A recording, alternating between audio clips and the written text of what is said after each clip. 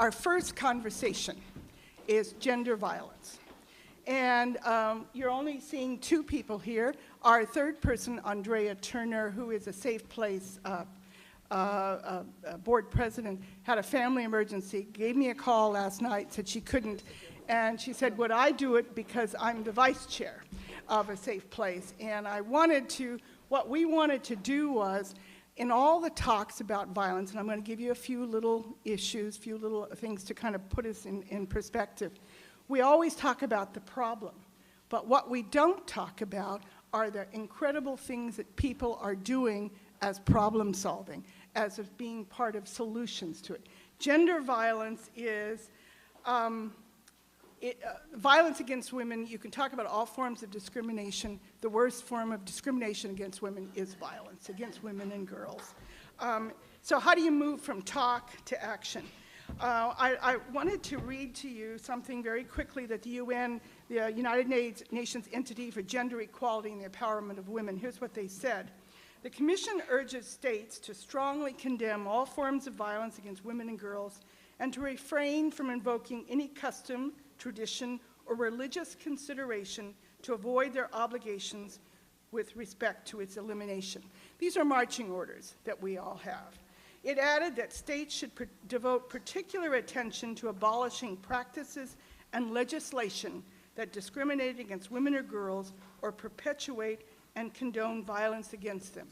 It's the next statement that is very interesting that we're going to talk about just briefly, is countries should address and eliminate as a matter of priority domestic violence. And the reason is we are looking to end a pandemic. And that's what they're looking at in terms of violence. And the idea is leadership for prevention, protection, and provision of services for survivors, awareness raising, and attitudinal change. Huge, huge agenda. Now, we're going to first talk a little bit about what's going on in domestic violence or intimate partner violence, which is more accurate, or family violence. You're going to hear more and more instead of domestic violence, because that's the latest. At a Safe Place, which is a shelter for abused families and with their children, and in fact, a Safe Place was one of the few from the beginning, it's about maybe now 38 years, that brought in boys and teenage boys as part of the family, because many shelters would not let boys come in. The whole commitment was to keep the family together. Now, at a Safe Place, what makes them really very unique in terms of their domestic violence problem solving is, and family violence in particular, is not only when they started in the church building. It was first in San Francisco, and then a number of the women realized, there's a lot going on in the East Bay. And so they decided, there was a whole group of them, and they were young women at the time, 1978. And they crossed the bay and they began to set up, and they first thing they did was open up a telephone line, because that was the way to go. The next thing they did, they had a shelter. And the particular shelter building they were using was the Black Panther building. Black Panther gave them this building. It was an incredible building. And in fact, because of their commitment, everything was children's size throughout the building. That was just the beginning, and it's moved on since then. What we began to do is move in the shelter from looking at, and why I'm mentioning it's about a Safe Place is really now being looked at across the nation as a milestone and as a place where really evolving the whole commitment of how you work with families and violence, whether you're going to a shelter or whether you just need that counseling. Because they not only have the shelter where there is total services provided, counseling services, as well as children's services, everything from mommy and me to even homework. But the whole idea is to begin to give women who needed a safe place to begin to give back empower them, give back their self-sufficiency, and move on to the next place. We talk about violence and military violence and systemic issues and the whole other spectrum and government. But there was one issue that's come up, the comfort women issue, And people said, well, why are we talking about it? It happened a long time ago. And yet, this is an issue that needs to be talked about because it's emblematic of what's been going on what's going on right now in terms of war countries and the abuses against women and the systemic uses and the abuse of women and using war to abuse women.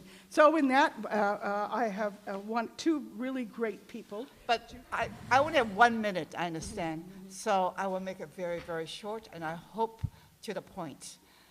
Gender, sexual slavery, and bias is with us from in the beginning of civilization. Why are we so concerned about this comfort women issue? The reason is because Japan is the only country in the world, in the history of the world, that institutionalized sexual slavery, institutionalized trading of women, girls, and sometimes boys in order to serve the soldiers in the military. This is why they call comfort women. They're supposed to comfort the men in the front line and the soldiers who are fighting.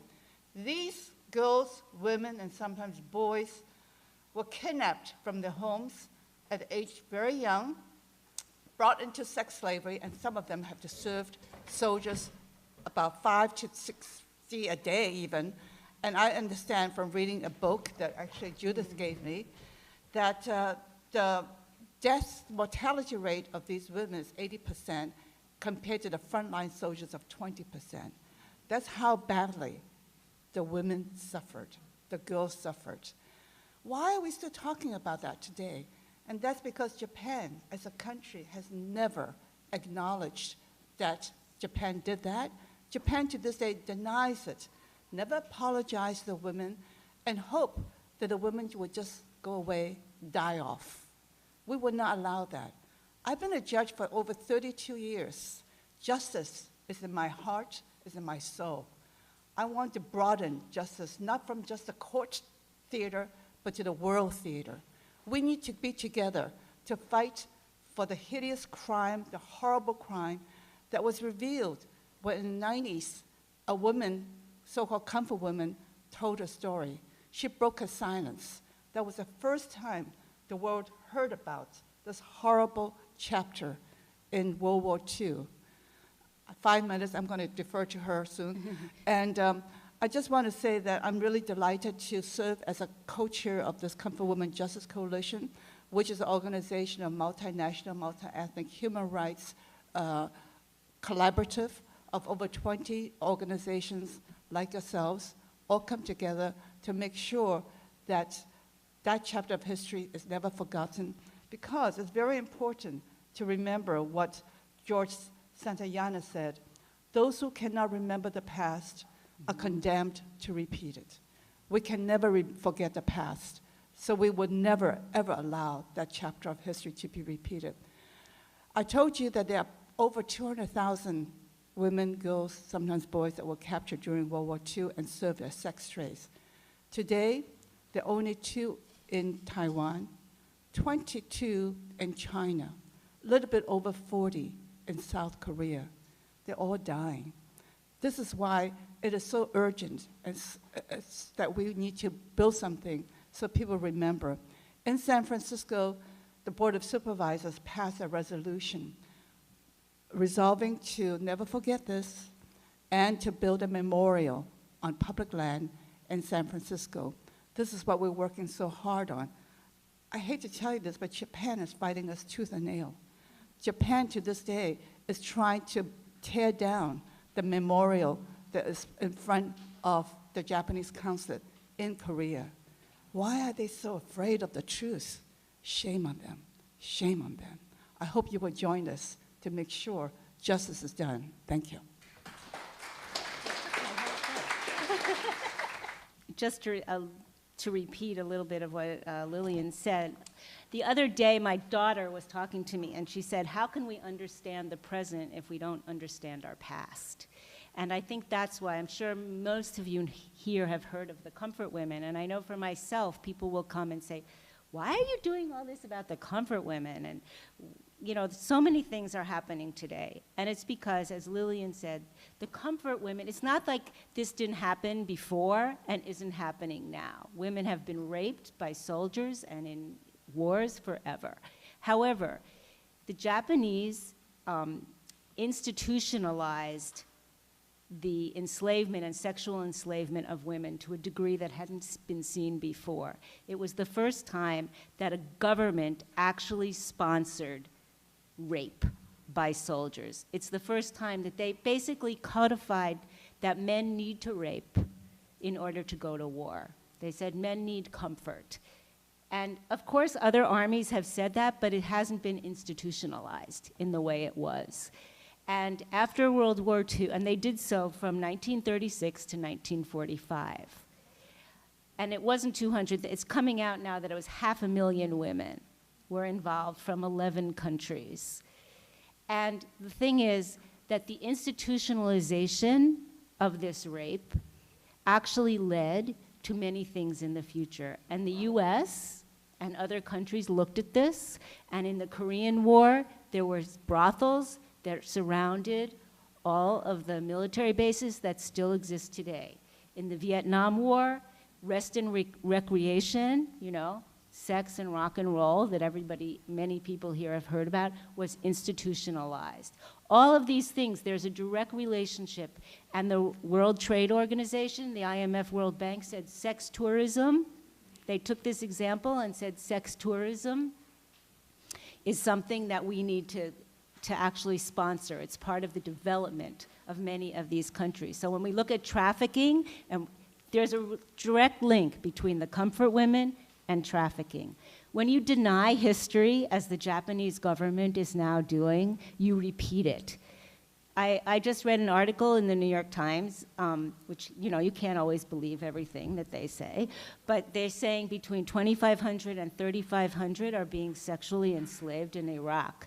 Thousands of women are being sexually trafficked and sexually enslaved in the war in Syria. So we can't eliminate this. When we talk about the comfort women, we're talking about the military, we're talking about wars, and we're talking about femicide. And so for us to build a memorial to the comfort women is to build a memorial to all women who have suffered during war. And we believe that to build a memorial to women and the comfort women is one step in having justice for all women.